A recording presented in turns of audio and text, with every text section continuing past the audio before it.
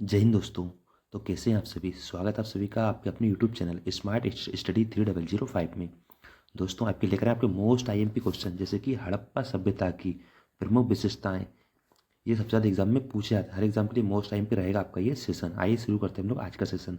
हड़प्पा से क्या क्या प्राप्त हुआ है। तो कब्रिस्तान एज प्राप्त हुआ है। विशाल स्नानगार हमें हड़प्पा से प्राप्त हुए हैं।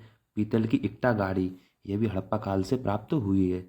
अगला है हड़प्पा से लिंग पूजा प्रमाण प्राप्त हुए हैं। कर्मचारियों हेतु आवास प्राप्त हुआ है। अगला है स्त्री के गर्भ से निकला हुआ पौधा यह भी हड़प्पा से प्राप्त हुआ है। अगला है जैसे नेक्स्ट है मोहनजोदड़ो से प्रमुख रूप से विशाल स्नानगार प्राप्त हुए हैं। मोहनजोदड़ो से सर्वाधिक मुद्राएं प्राप्त हुई हैं। मोहनजोदड़ो से कांसे की नर्तकी की मूर्ति प्राप्त हुई है। अगला है मोहनजोदड़ो से मुद्रा पर अंकित पशुपतिनाथ की मूर्ति प्राप्त हुई है। अगला है सूती कपड़ा यह भी मोहनजोदड़ो से प्राप्त हुआ है। अगला आता है अलंकृत दाढ़ी वाला पुजारी ये मोहनजोदड़ो से प्राप्त हुए हैं। अगला आता है मोहनजोदड़ो की खुदाई में मुद्रा पर बाघ से लड़ते व्यक्ति का अंकन भी यह प्राप्त हुआ है। क्वेश्चन अगला है कालीबंगा कालीबंगा की खुदाई में प्रमुख रूप से जुते हुए खेत प्राप्त हुए हैं। कालीबंगा से एक साथ दो फसलों की बुआई प्राप्त हुई है। कालीबंगा से अग्नि कुंड प्राप्त हुए हैं। कालीबंगा से लकड़ी का हल प्राप्त हुआ है। कालीबंगा से बेलनाकार मोहरें भी प्राप्त हुई हैं यानी गोलाकार बेलनाकार मोहरें प्राप्त हुई हैं। कालीबंगा से भूकंप के साक्ष्य प्राप्त हुए हैं। कालीबंगा से ही ऊँट की हड्डी प्राप्त हुई है। कालीबंगा से कच्ची टेराकोटा लेप पैमाना प्राप्त हुआ है।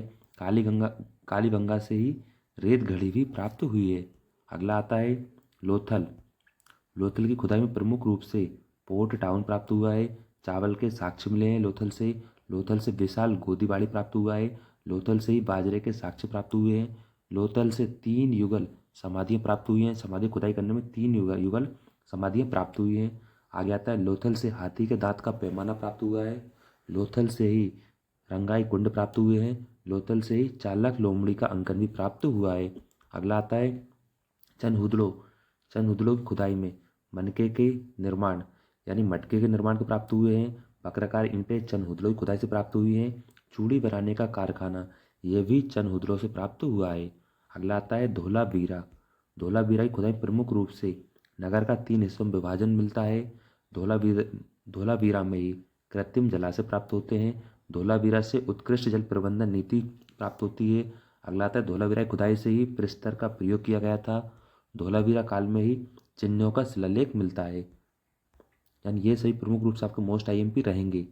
कहाँ से कौन सी चीज़ प्राप्त हुई थी ये हर एग्जाम में पूछे जाते हैं। ठीक है दोस्तों, मिलते हैं अगले सेशन में। तब तक के लिए thank you so much and thanks for watching.